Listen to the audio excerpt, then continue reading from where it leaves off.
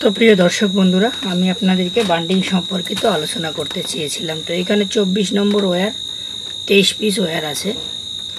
যদিও এই মোটরটির প্লেটে 850 লেখা ছিল, কিন্তু বাস্তবে ডাটা যেটা ছিল সেটা 1000 ওয়াটের মোটর। সেজন্য কাস্টমার যাতে না ঠকে সেজন্য আমাদেরকে 1000 ওয়াটেই তৈরি করে দিতে হচ্ছে। কেননা যেটা ছিল সেটাই আমরা করব, কারণ কম বেশি করব না, তাতে কাস্টমারের মনে আঘাত পাবে। সে কারণেই তো 23টি করে ওয়্যার, 24 নম্বর ওয়্যার আমরা 15 ফিট করে নিয়েছি লেন্থ। তো দেখতেই পারছেন আমি আপনাদের দুটি কয়েল আগেই বান্ডিং করেছি। লাস্ট কয়েল 3টি করে কয়েল থাকে, এর মধ্যে লাস্ট কয়েলের একটি স্লট শেষ করেছি। তো আপনাদেরকেও বহুতবার দেখিয়েছি, অনেকবার দেখিয়েছি আমি কিভাবে বান্ডিং করা হয়। আবারও দেখাচ্ছি। এই বান্ডিংটি করার সময় খুব সতর্ক অবলম্বন করতে হবে, যেটা হলো টাইট করানো, অর্থাৎ স্লটের মধ্যে ওয়্যারটাকে টাইট করানো। দেখতে পাচ্ছেন আমার এক টান হয়ে গেছে। প্রত্যেকটি স্লটে 6টি করে টান থাকবে। আমি আপনাদেরকে বহুতবার জানিয়েছি, বুঝিয়েছি, 6টি করে টান থাকবে। এবং আমরা যখন প্রথম অথবা দ্বিতীয় অথবা তৃতীয় যেই স্লটেই চালু করি না কেন, এক স্লট পর কিন্তু আমাদের শুরু করতে হবে, কাজ করতে হয়। কারণ মাঝখানে একটি স্লট কিন্তু দেখতে পাচ্ছেন, আপনাদেরকে দেখাচ্ছি, মাঝখানের একটি স্লট কিন্তু আমাদের আগে হয়ে গেছে। তার মানে এক স্লট পর কিন্তু একটি করে কয়েলের বান্ডিং বসে। তো দেখতেই পাচ্ছেন আপনারা যে আমার দুটি টান হয়ে গেল।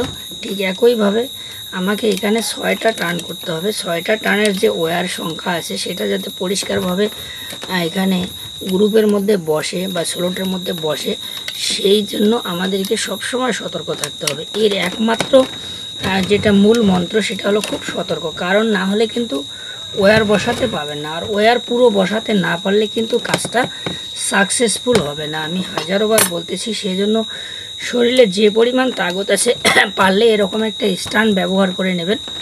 তো আমার এখানে সেরকম স্ট্যান্ড ব্যবহার করার কোনো অবস্থা নেই, সে কারণে আমি স্ট্যান্ড ব্যবহার করি না। অনেক কষ্ট হয়, তারপরে আমি সেটা হাতে রেখেই করি। কিন্তু আপনারা যখন প্রথম কাজ করবেন, যদি পারেন তো এরকম একটা স্ট্যান্ড ব্যবহার করবেন, যাতে করে ওয়্যার বান্ডিং ওয়্যার টাইট করার সময় 3 টার্ন হয়ে গেল, বান্ডিং ওয়্যার টাইট করার সময় যাতে কয়েল বডিটি এদিক ওদিক না হেলে। তো বন্ধুরা দেখতে পাচ্ছেন 4 টান হচ্ছে এখন। 4 টান আমি আপনাদেরকে বলতেছি, প্রত্যেক স্লটেই 6 টান থাকবে। সেম একটি স্লট যেভাবে হবে, বাকি সমস্ত স্লট কিন্তু একই মডেলে বা একইভাবে হতে থাকবে। তো দেখতেই পাচ্ছেন এখানে 4 টান শেষ হয়ে গেছে। আমাকে আবারও এখানকার ক্লিয়ারেন্স বের করে নিতে হবে, কেননা আরও 2 টান বাকি আছে। এই 2 টান যাতে এখানে বসাতে পারি, সেজন্য কিন্তু আমাকে সবসময় কিন্তু আগে ভাগে থেকেই কিন্তু প্রস্তুতি নিয়ে রাখতে হবে।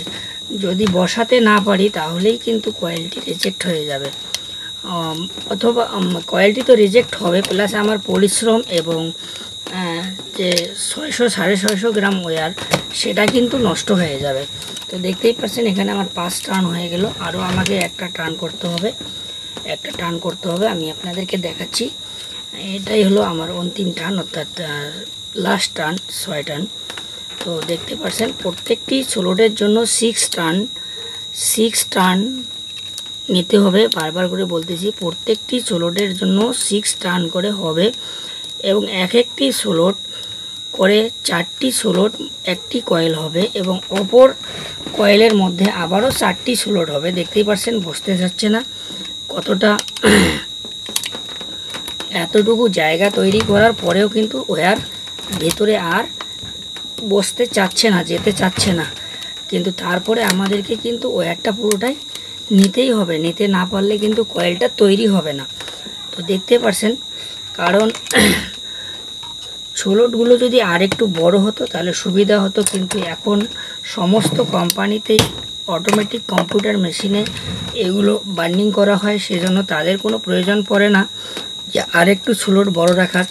যারা হাতে তৈরি করে সেজন্য সেই অটোমেটিক কম্পিউটার মেশিনের মতোই করে টাইট করতে হবে, যাতে করে আমার পুরো ওয়্যারটা বসে যায়। তো বন্ধুরা দেখতে পাচ্ছেন এখন আমার এই বাড়তি পেপারটাকে ঠিক এরকম একটা সিজার দিয়ে, অর্থাৎ কেচি দিয়ে কেটে দিতে হবে। দেওয়ার পর আমি আপনাদেরকে একটি স্লোটের মধ্যে সম্পূর্ণ পূর্ণাঙ্গভাবে বোঝানোর চেষ্টা করতেছি। ঠিক এরকম একটা দেখতেই পাচ্ছেন, এরকম একটা টুলস নেবেন এবং সেটা দিয়ে পেপারটিকে ভালোভাবে স্লোটের মধ্যে বসিয়ে দেবেন। দেখতে পাচ্ছেন আপনারা কি সুন্দরভাবে বসে গেল। তো ঠিক এভাবেই কিন্তু পেপারগুলোকে সুন্দরভাবে বসিয়ে দিতে হবে। আর এর উপরে আপনাদের ফাইবারের যে পাতিগুলো থাকবে সেটা পরে আপনারা আস্তে আস্তে ক্লিয়ার করে বসিয়ে নেবেন।